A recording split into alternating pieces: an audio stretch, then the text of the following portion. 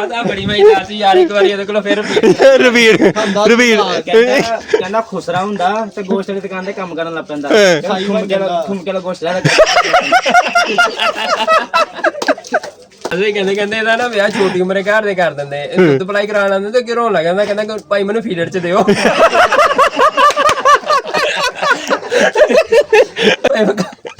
ਛੋਟੀ ਉਮਰੇ ਦਾ ਵਿਆਹ ਕਰ ਦਿੰਦੇ।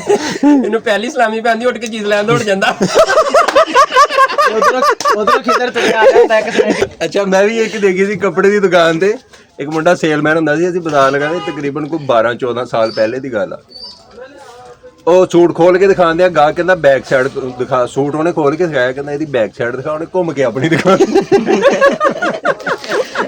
ਲੋ ਇਹਨਾਂ ਘਰ ਮੰਗਣ ਵਾਲਾ ਆਂਦਾ, ਕਹਿੰਦਾ ਲੈ ਵਾਸਤੇ ਕੁਛ ਦੇ ਦਿਓ, ਦਰਵਾਜ਼ੇ ਚੁੰਗਲ ਦੇ ਆਂਦੀ ਕੋਈ ਜੁਗਤ ਆ ਜਿਹੜਾ ਮੂੰਹ ਆ ਬੰਡਲ ਜਿਹੜਾ ਬਣ ਰਿਹਾ, ਜਿਹੜਾ ਮੂੰਹ ਏਦਾਂ ਜਿੱਦਾਂ ਯਤੀਮ ਖੁਸਰਾ ਹੁੰਦਾ। ਥੋੜੀ ਦੇ ਯਾਰ ਓਏ ਮੈਨੇ ਖੁਸਰਾ ਸੀ ਪੋਚ ਲੱਗ ਗਿਆ। ਇਹ ਖੁਸਰਾ ਸੀਗਾ। ਅੱਛਾ, ਇਹ ਵਾਲਾ ਸੀ। ਫੌਜੀ ਵਾਲੇ ਗਾਣ ਕਰਕੇ ਕਹਿੰਦਾ ਮੇਰੇ ਪਿੱਛੇ ਜੱਫੀਆਂ ਪਾ। 2 रुपए फैमिली व्लॉग मारने लगे। अस्सलाम वालेकुम जी दोस्तों, आज 28वां रोज़ा है। मैं दुकान पे मौजूद हूँ। मार्केट के अंदर बिल्कुल कस्टमर ख़त्म हो चुका है, क्योंकि हमारा होलसेल का काम है। हमारा 10 दिन पहले काम जो है वो वाइंड अप हो जाता है। तो मैं दुकान पे हूँ, यहाँ पे बच्चे सिर्फ पैकिंग कर रहे हैं। तो इनसे छोटे से सवाल जवाब करते हैं। और बच्चों इधर मेरी तरफ ज़रा देखो, खिजर भाई आप भी देखो। सबसे मुश्किल काम दुकान के अंदर क्या चीज़ है, आप बताओ। गाहक को कायल करना। गाहक को कायल करना। आप बताओ रेट कम लगाना। खिजर भाई। ਸਭ ਤੋਂ ਔਖਾ ਸਵਾਲ ਆ ਲੱਗਦਾ ਵਾ ਗਾਹਕ ਦਾ, ਜਦੋਂ ਗਾਹਕ ਕਹਿੰਦਾ ਨਾ ਕਿ ਭਾਈ ਰੇਟ ਫਾਈਨਲ ਕੀ ਲਾਣਾ ਵਾ, हाँ। ਔਰ ਉਹ ਫਾਈਨਲ ਲਾ ਕੇ ਵੀ ਗਾਹਕ ਫੇਰ ਛੱਡ ਜਾਂਦਾ। ये बात बिल्कुल सही कही है यार खिजर भाई ने। ਦੁਕਾਨ ਦੇ ਅੰਦਰ ਬਹੁਤ ਜ਼ਿਆਦਾ ਹੈ ਨਾ, ਕੋਈ ਮਜ਼ਾਕ ਫਣੀ ਕੋਈ ਇਸ ਤਰ੍ਹਾਂ ਦੇ ਸੀਨ ਹੋ ਜਾਂਦੇ ਆ ਬਾਸ ਟਾਈਮ ਗਾਹਕ ਡੀਲ ਕਰਦੇ। ਸਾਡੇ ਨਾਲ ਕੋਈ ਐਸਾ ਵਾਕਿਆ ਹੋਵੇ ਖਿਜ਼ਰ ਭਾਈ, ਤੁਸੀਂ ਸ਼ੇਅਰ ਕਰੋ ਕੋਈ ਐਸਾ ਵਾਕਿਆ ਜਿਹੜਾ ਬੜਾ ਫਣੀ। ਐਸਾ ਮੇਰੇ ਕੋਲ ਕਸਟਮਰ ਆਇਆ ਤੇ ਮੈਂ ਸੂਟ ਖੋਲਿਆ ਕਿ ਮਰਿਆ ਖਾਂ ਜੋ ਬੀਬੀ ਤੇ ਬੀਬੀ ਗਈ। ਹਮਜ਼ਾ ਭਾਈ ਤੁਹਾਡੇ ਦੇ ਇੰਜ ਕੋਈ ਆਈਡੀਆ ਹੋਵੇ, ਕੋਈ ਐਸਾ ਸੀਨ ਹੋਵੇ। ਇੱਕ ਵਾਰੀ ਹੋਇਆ ਸੀ ਭਾਵੇਂ ਉਹ ਗਾਹਕ ਨੂੰ ਮੈਂ ਉੱਪਰ ਕਮਰੇ 'ਚ ਲੈ ਕੇ ਗਿਆ ਵਾਂ ਤੇ ਉਹਨੇ ਕਮਰਾ ਜਿੱਦਾਂ ਹੀ ਖੋਲਿਆ ਤੇ 3-4 ਚੂਹੇ ਉਹਦੇ ਭੱਜ ਕੇ ਉੱਪਰ ਪੈ ਗਏ। ਸਰ ਜੀ ਮਠਿਆਈ ਵਾਲੀ ਦੁਕਾਨ ਤੇ ਕੱਪੜੇ ਵਾਲੀ ਦੁਕਾਨ ਤੇ ਵਾਕਿਆ ਗਿਆ ਇਹ ਕਿਤੇ ਦੇਖਿਆ ਭਾਈ?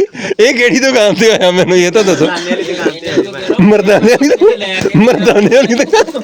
ਮਠਿਆਈ ਵੀ ਨਹੀਂ ਕੋਈ ਝੋਰੀ ਤੋਂ ਚੱਲਦੀ ਆ। ਮਰਦਾਨੇ ਤਾਂ ਮੇਰੇ ਵੀ ਸੁਣਨ ਚ ਕਦੀ ਨਹੀਂ ਆਈ।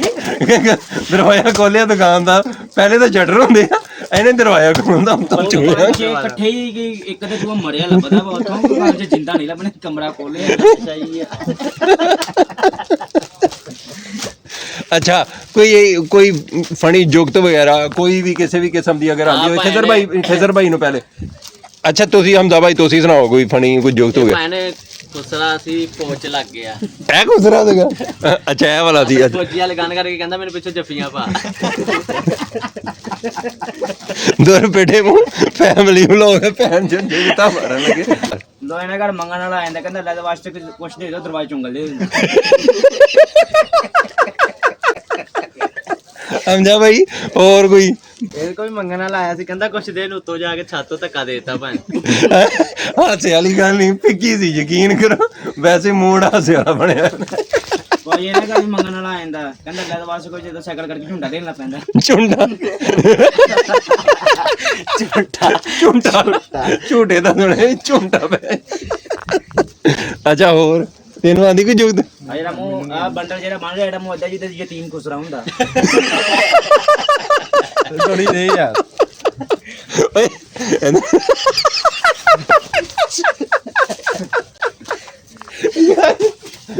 ਭਾਈ ਹੈਲੋ ਯਾਰ ਕੋਈ ਨਹੀਂ ਕਿਹਨਾਂ ਮੈਨੂੰ ਲਾਈ ਗਿਆ। ਲੈ ਹੁਣ ਫਿਰ ਆਈ ਇਧਰੋਂ ਤਾਦਾ। ਹਾਂ ਨਹੀਂ ਵੈਸੇ ਗਿਆ ਸੀ। ਅੱਛਾ, ਇੱਕ ਉਹ ਖੁਸਰੇ ਵਾਲੀ ਪਤਾ ਨਹੀਂ ਕਿਹੜੀ ਜੁਗਤ ਮਾਰਦੇ ਸੀ, ਉਹ ਹਮਜ਼ਾ ਕਿਹੜੀ ਸੀ? ਉਹ ਕਹਿੰਦਾ ਵਾ ਕਿ ਖੁਸਰਾ ਹੁੰਦਾ ਵਾ ਤੇ ਗੋਸ਼ਟ ਵਾਲੀ ਦੁਕਾਨ ਤੇ ਕੰਮ ਕਰਨ ਲੱਗ ਪੈਂਦਾ ਤੇ ਠੁਮਕੇ ਵਾਲਾ ਗੋਸ਼ਟ ਲੈਦਾ।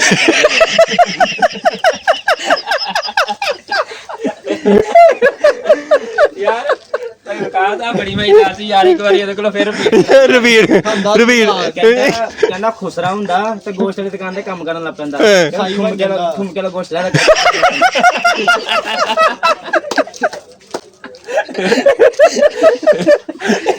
ਕਹਿੰਦੇ ਪਕਾਜ਼ੇ ਕਹਿੰਦੇ ਇਹਦਾ ਨਾ ਵਿਆਹ ਛੋਟੀ ਉਮਰੇ ਘਰ ਦੇ ਕਰ ਦਿੰਦੇ, ਇਹ ਦੁੱਧ ਪਲਾਈ ਕਰਾਉਣ ਆਉਂਦੇ ਤੇ ਕਿਉਂ ਲੱਗ ਜਾਂਦਾ, ਕਹਿੰਦਾ ਭਾਈ ਮੈਨੂੰ ਫੀਡਰ ਚ ਦਿਓ।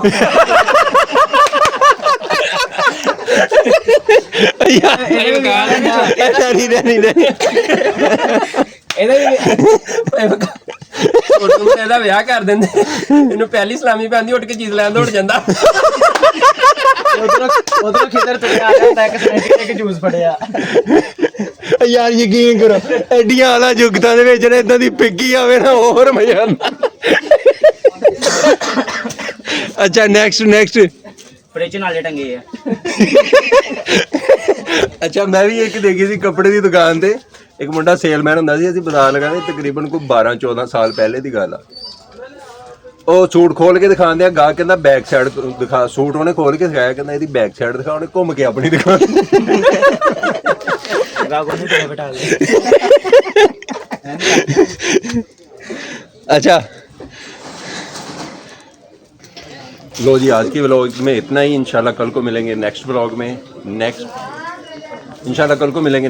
आज के लिए इतना ही, तब तक के लिए अल्लाह हाफिज़।